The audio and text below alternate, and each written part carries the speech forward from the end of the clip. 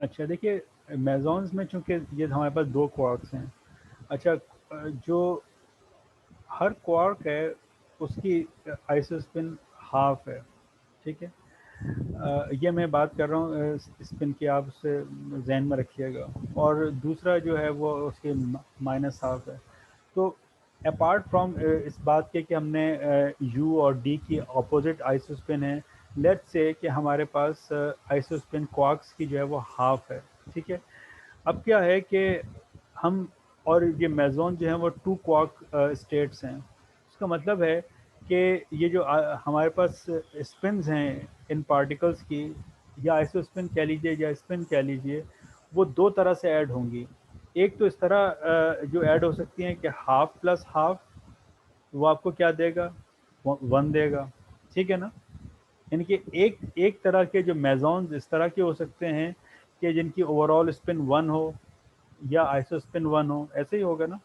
और दूसरे वो पार्टिकल्स हो सकते हैं जो कि माइनस हाफ, यानी कि जिनकी के ओवरऑल स्पिन जो है वो ज़ीरो हो, ठीक है।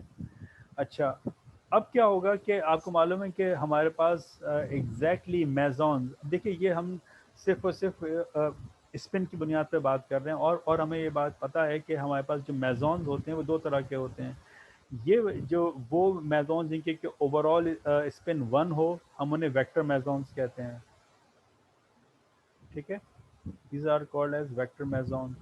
और ये जो जिनकी ज़ीरो होती है उन्हें हम सिंपल स्केलर मेसॉन या सिंपल मेसॉन्स कह देते हैं, ठीक है। जिसकी बहुत अच्छी मिसाल वेक्टर मेसॉन्स की रॉ मेसॉन है कि जिसके अंदर के स्पिन इस तरह की होती है कि वो ऐड होके वन हो रही होती है। और जो सिंपल मेसॉन्स होते हैं जैसे पायोन्स हैं, उनमें ओवरऑल स्पिन जो है वो ज़ीरो होती है, ठीक है। यहाँ पर लिखते हैं जैसे कि पायोन्स हैं, पाई प्लस और पाई नॉट वगैरह।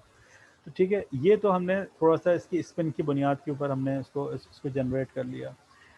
अच्छा, अब यही थोड़ा सा दिमाग में रख के हम फर्दर इसको एलेबोरेट करते हैं कि ये जो हम जो पायोन्स की बात कर रहे हैं वो, उनको हम फर्दर कैसे देखें। ये जो चीज़ हमने डिफ़ाइन की है, ये प्योरली आप समझें कि हमने इसको बेहतर होगा कि हम इसको स्पिन की बुनियाद पर बात करें। ये टोटली हमने स्पिन की बुनियाद पर बात की है। अब थोड़ा सा इन्हीं लाइंस पे चलते हुए हम ज़रा इसको आइसोस्पिन के में ले जाएं, ठीक है। आइसोस्पिन की जब हम बात करेंगे तो उसमें हमने ये बात प्योरली कह दी कि हमने यू को हमने हाफ जो है वो डिफाइन कर दिया है, और जो डाउन है उसको हमने माइनस हाफ जो है वो डिफाइन किया हुआ है। अच्छा, अब पाई प्लस को अगर आप गौर करें, पाई प्लस में क्या हो रहा है कि हमारे पास जैसे मैंने बताया कि यू डी बार हैं, ठीक है। तो अब क्या होगा कि अब देखिए हम बात कर रहे हैं आइसोस्पिन स्पेस की, स्पिन की बात नहीं कर रहे हैं। ये थोड़ा ध्यान में रखिएगा। तो अब क्या होगा कि जो अप क्वार्क है उसकी हाफ है, डाउन की माइनस हाफ है आइसोस्पिन, राइट। लेकिन चूंकि वो बार है, और जो जब हम बार लगाते हैं या कॉन्जुगेट करते हैं तो उसमें तमाम क्वांटम नंबर्स रिवर्स हो जाते हैं। तो अब जो आइसोस्पिन जो क्वांटम नंबर है वो भी रिवर्स हो जाएगा, तो वो हाफ हो गया, तो ये वन हो गया, ठीक है। बिल्कुल इसी तरह जो हमारे पास पाई नॉट है, ठीक है, वो basically u u u u bar plus d d bar state होती है, ठीक। या simply u u bar state कह लीजिए divide by square root two. तो चूंकि यू यू बार है तो इसकी इसकी जो आइसोस्पिन होगी वो क्या हो जाएगी, ज़ीरो हो जाएगी, क्योंकि यू की अगर हाफ है तो यू बार की माइनस हाफ हुई, तो वो ओवरऑल उसकी स्पिन जो है वो आइसोस्पिन स्पिन जो है वो ज़ीरो हो गई। और ऑन दी अदर हैंड जब आप बात कर रहे हैं पाई माइनस की, तो पाई माइनस में दरअसल क्या है, वो है डी यू बार, ठीक है। तो डी की माइनस वन है, यू बार की माइनस वन हो गई, तो उसकी वजह से इसकी जो आइसोस्पिन हो गई वो माइनस वन हो गई। तो इसका मतलब है ये जो हमारे पास पायोन्स हैं ये आइसोस्पिन स्पेस के ट्रिपलेट हैं, वेक्टर्स हैं ये। यानी कि एक पाई नाम का एक समझें, लेट मतलब जस्ट यू कैन इमेजिन कि पाई नाम का एक कोई वेक्टर है आइसोस्पिन स्पेस में, और ये उसके तीन कंपोनेंट हैं। समझ आई बात। तो इस तरह से हमने इनको आइसोस्पिन्स जो है वो असाइन किए हैं।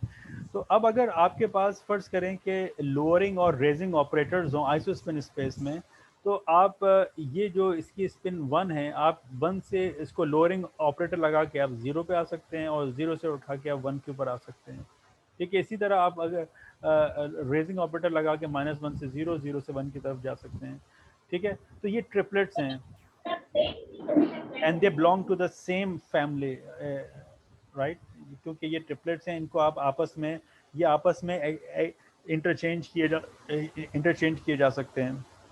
ऑन दी अदर हैंड हमें मालूम है कि जब हम इसको फुल फ्लैश इसके स्पिन के साथ डील करेंगे तो हमारे पास एक एक्स्ट्रा चीज़ भी आती है जिसको हम सिंगलेट कहते हैं, राइट।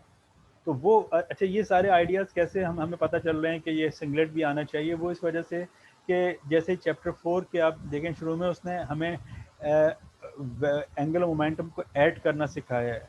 ठीक है, कि दो अगर स्पिन हाफ के हम हमारे पास स्टेट्स हों, उन्हें जब आप ऐड करेंगे तो क्या क्या पॉसिबिलिटीज़ हैं।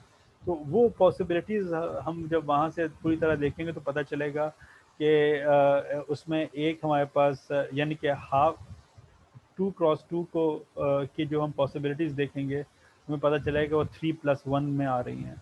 तो ये बेसिकली समझें कि डबलेट्स लिखे हुए हैं। डबलेट्स क्यों लिखे हुए हैं? क्योंकि हमें मालूम है कि j इक्वल्स टू हाफ है, राइट। तो 2j+1 की वजह से 2 से 2 कैंसिल हुआ तो वो डबलेट हो गया। तो दो डबलेट को आप अगर ऐड कर रहे हैं, ठीक है, तो वो ऐड होकर जो नई स्टेट्स बनेंगी वो जाएंगी ट्रिपलेट प्लस सिंगलेट में।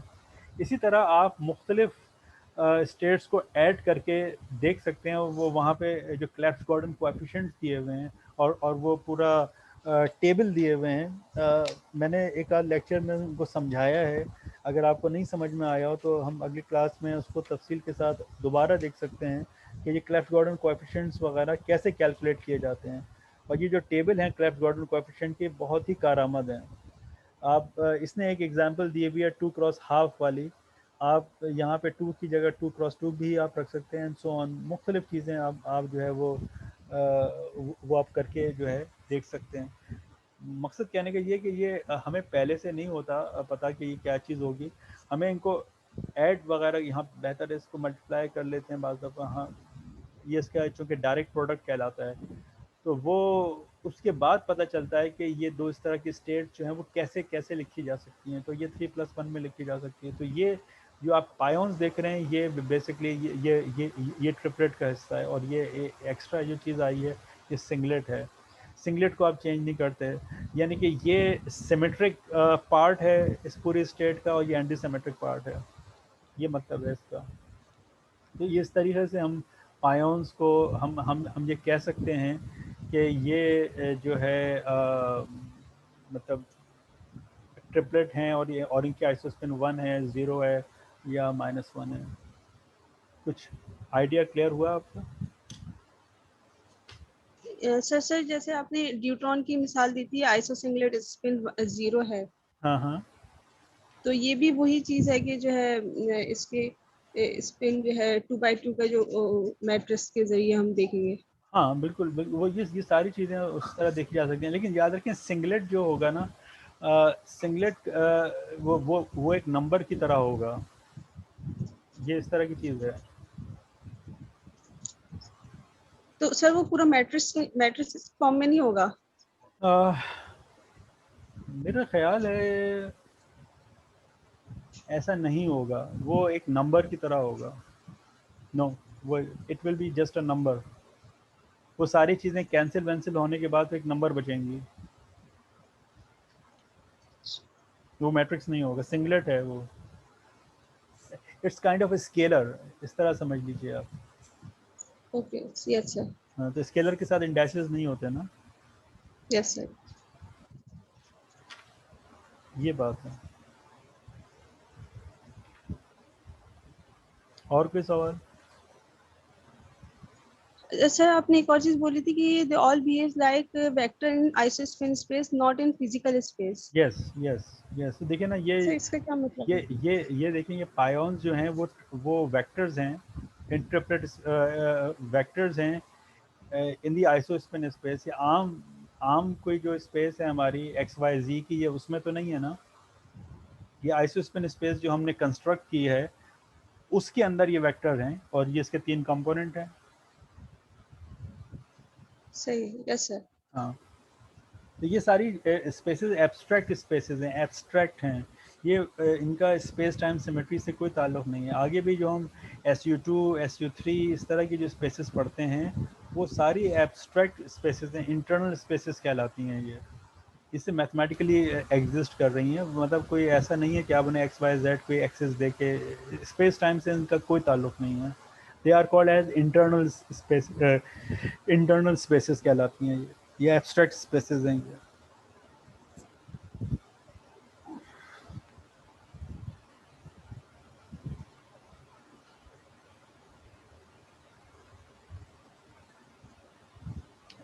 Any other question?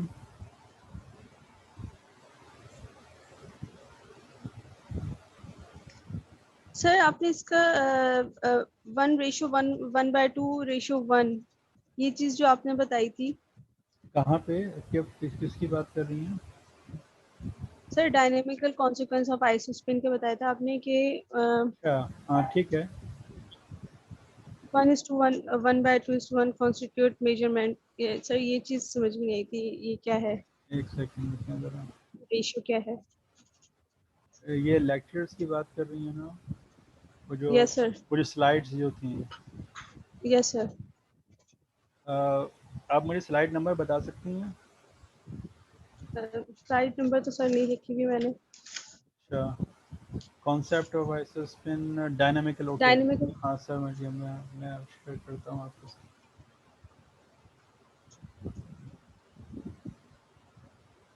इसकी बात कर रही हैं ना?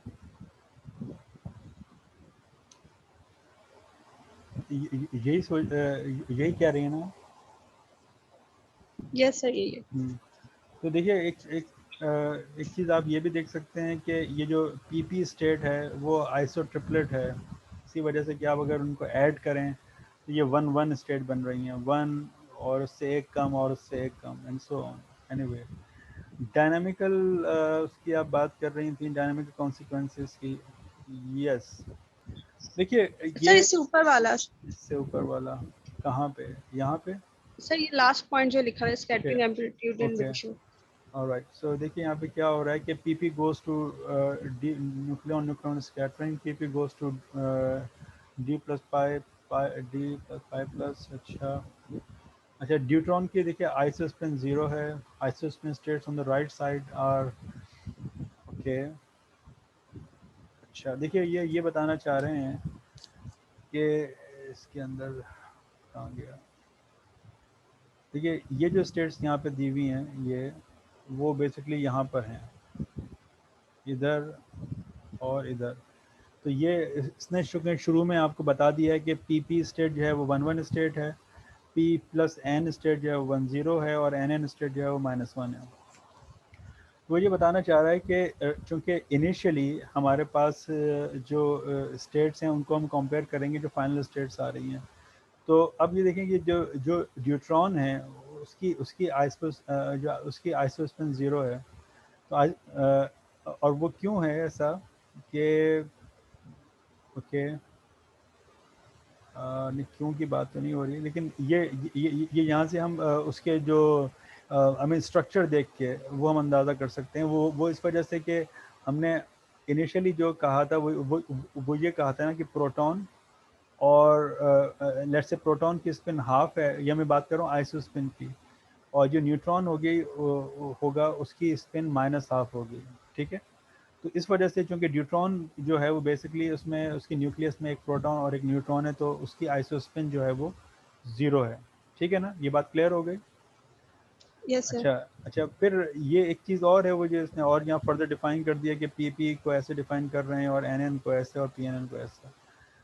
अच्छा, अब वो ये कह रहा है कि इसमें तो कौन सा जो वो है कहना चाहिए कि रिएक्शन जो है वो डोमिनेट करेगा या किस रेशो के साथ करेगा। सो कह रहे हैं only one combination contributes, final state is pure pure I equals to 1। इनमें से एक जो है वो कॉम्बिनेशन वो कंट्रीब्यूट कर रहा है। वो कैसे? Scattering amplitude in ratio 1/2 1 cross section square. All right, एक मिनट रुकें ज़रा, ये इसने क्या लिख दिया।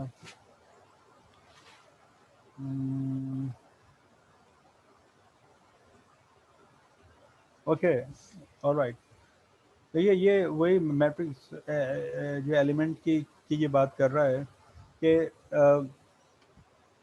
यहाँ से देखें हमारे पास क्या आ रहा है, पी पी मिलके आपको क्या दे रहे हैं, पी पी मिलके ये इसकी आइसोस्पिन 1 है, और यहाँ पे आपको पता है कि पाई प्लस की आइसोस्पिन 1 है, ऐसा ही है ना, क्योंकि न्यूट्रॉन तो ज़ीरो है। अच्छा, यस सर।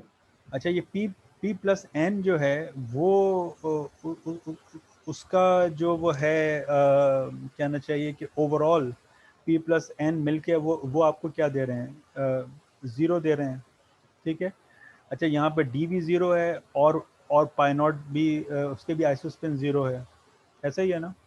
इसी तरीके से जो एन एन है इसकी आइसोस्पिन -1 है, न्यूट्रॉन की ज़ीरो है, और पाई माइनस की -1 है, ठीक है। अब आप जब इसका वो करते हैं, इसका जो कहना चाहिए स्कैटरिंग एम्पलीट्यूड कैलकुलेट करेंगे, ठीक है। आपको ये बात अभी कोई 5वें चैप्टर में आपको पता चल जाएगी कि जो हम एम्पलीट्यूड जिसको हम कह रहे हैं कैलकुलेट करना, उसका मतलब ये होता है कि इसके मैट्रिक्स एलिमेंट आपने कैलकुलेट किए और उनको एब्सोल्यूट स्क्वायर कर दिया, ठीक है। तो उससे जो जवाब आता है उसको हम ये कह रहे होते हैं कि ये उसका स्कैटरिंग एम्पलीट्यूड है। तो ये जो पहले वाला जो जो आ रहा है वो बेसिकली इसने सिंपल ये लिख दिया, क्योंकि जब आप इनके आप जब डॉट प्रोडक्ट लेंगे तो यहाँ से आपके पास जस्ट वन मिलेगा, one one dot one one क्या आएगा, वन आएगा। इसी तरह ये वन को वन स्टेट को आप वन स्टेट से आप डॉट लेंगे तो आपके पास वन ही आ जाएगा, और यहाँ से जब आप करेंगे तो स्क्वायर रूट 2 आएगा, क्योंकि आप जब आप जो है वो इसके साथ आप जब उसका जो है वो ले रहे होंगे, डॉट प्रोडक्ट ले रहे होंगे, और जो इसके स्कैटरिंग क्रॉस सेक्शन कैलकुलेट करने के लिए आपको इनका स्क्वायर करना पड़ेगा, जो कि वन का square one, one over root two का जो स्क्वायर है वो वन ओवर टू होगा, और वन का वन होगा। कहने का मकसद ये है कि आइसोस्पिन कि ये जो हमने इक्वेशन लिखी हैं ये प्रिडिक्ट कर रही हैं कि ये जो हमारे पास फॉर एग्जांपल रिएक्शन लिखे हुए हैं, या जो डिके या स्कैटरिंग के प्रोसेसेस लिखे हुए हैं, वो इस रेशो के साथ अकर होते हैं। मिसाल के तौर पे ये वाला जो है वो एब्सोल्युटली यानी कि वन टाइम वन के साथ यानी कि 100% प्रोबेबिलिटी के साथ ये अकर होगा। ये वाला जो है ये इसकी इसकी प्रोबेबिलिटी इसके मुकाबले में आधी होगी। इसी तरह ये वाला जो होगा स्कैटरिंग एम्पलीट्यूड वो एग्जैक्टली वन है। अगर ये इस तरह हो रहा होगा तो ये 100% इसके अंदर जा रहा है।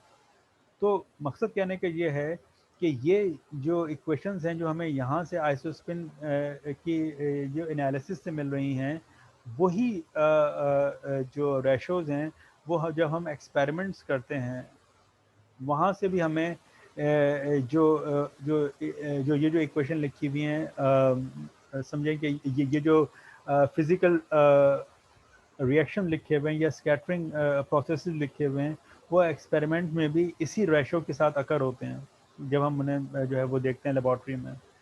ये मतलब है इसका कहने का। यस सर, ये सही से समझ बेसिक, में आता हाँ, है। ये बेसिकली उसने आइसोस्पिन एनालिसिस करके दिखाई है आपको, और कुछ भी नहीं किया है। यहाँ से उसने पहले दिखाया कि ये आइसोस्पिन देखिए जो इनिशियल स्टेट की है वही फाइनल स्टेट की है, पी की वन है, और यहाँ पे भी डी प्लस पाई की जो है वो वन है। तो वो इसी रेशो के साथ आपको नेचर में दिखाई दे रहे हैं। ये तो यहाँ उसने जस्ट वो 1:1 और 2 लिख दिया, लेकिन जो जो चीज़ ऑब्जर्वेबल होती है वो बेसिकली उस जो जो हमारे पास मैट्रिक्स एलिमेंट होता है उसका स्क्वायर होती है। तो वो स्क्वायर जो है वो 1/2 है, जो कि यहाँ लिखा हुआ है इसमें।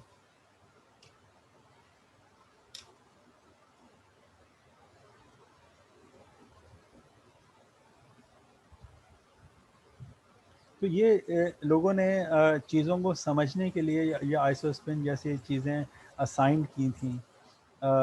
ये कहीं जैसे मैंने पहले भी कहा कि कोई स्पेस टाइम सिमेट्रीज नहीं है, एक्स वाई जी टाइप की चीज़ नहीं है ये आपने डिफाइन किया है अपनी आसानी के लिए।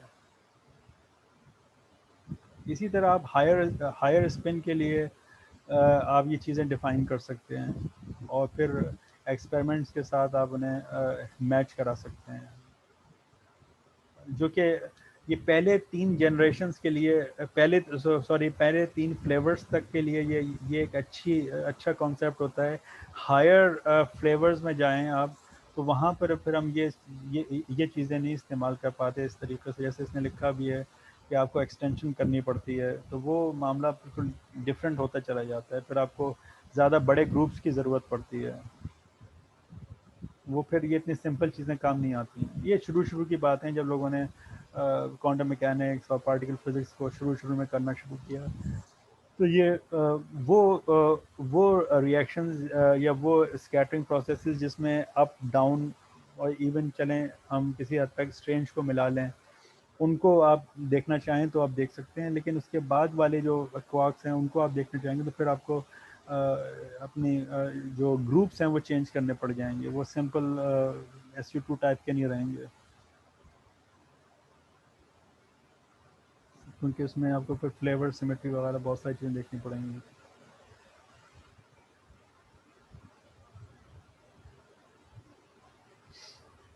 और कोई सवाल? नो सर, सब ठीक है सर, आगे की स्लाइड्स सभी देखेंगे। हाँ, ये देखिए ये बस काफ़ी कॉम्प्लिकेटेड चीज़ें हैं ये, क्योंकि इसमें बहुत ज़्यादा सिमेट्रीज वगैरह इस तरह की चीज़ें इन्वॉल्व हैं। ठीक है, आप क्वेश्चन फिर ढूंढ के रखिएगा, मुझे बताइएगा, फिर हम इस पर डिस्कस करेंगे। Yes sir, thank you sir. Okay, bye bye. Adil, आपको कोई सवाल है? आदिल, पता नहीं है भी। एनीवे